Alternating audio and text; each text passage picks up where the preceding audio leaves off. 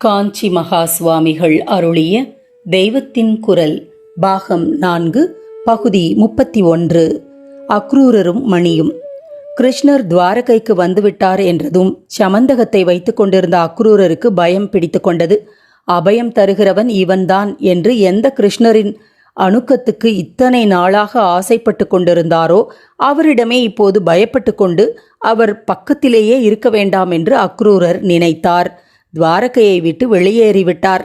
அர்த்தம் அனர்த்தம் என்று ஆச்சாரியால் சொன்னார் போல பொருள்படுத்தும் பாடு.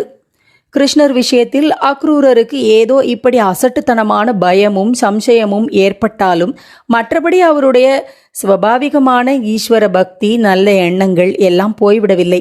ஆனபடியால் துவாரகையை விட்டு புறப்பட்டவர் எங்கேயோ ஊர் சுற்றாமல் க்ஷேத்ராடனம் பண்ணிக்கொண்டே போய் காசியை அடைந்தார்.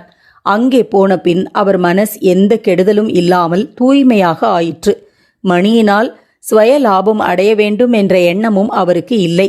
ஆனதால் சமந்தகம் தினமும் 8 பார தங்கம் கொடுக்க ஆரம்பித்துவிட்டது.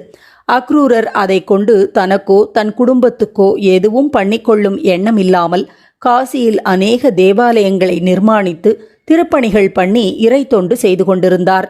திவ்யமணி அவரை உள்ளும் புறமும் சுத்தமானவராகவே கருதி தினமும் ஸ்வர்ணபாரம் கொடுத்ததோடு அவர் இருக்கிற இடத்தை சுற்றி ரோகம், துக்கம், பேய், மழை, வறட்சி முதலான ஈதிபாதைகள் இல்லாமல் நல்ல சுபிக்ஷத்தை உண்டாக்கி வந்தது.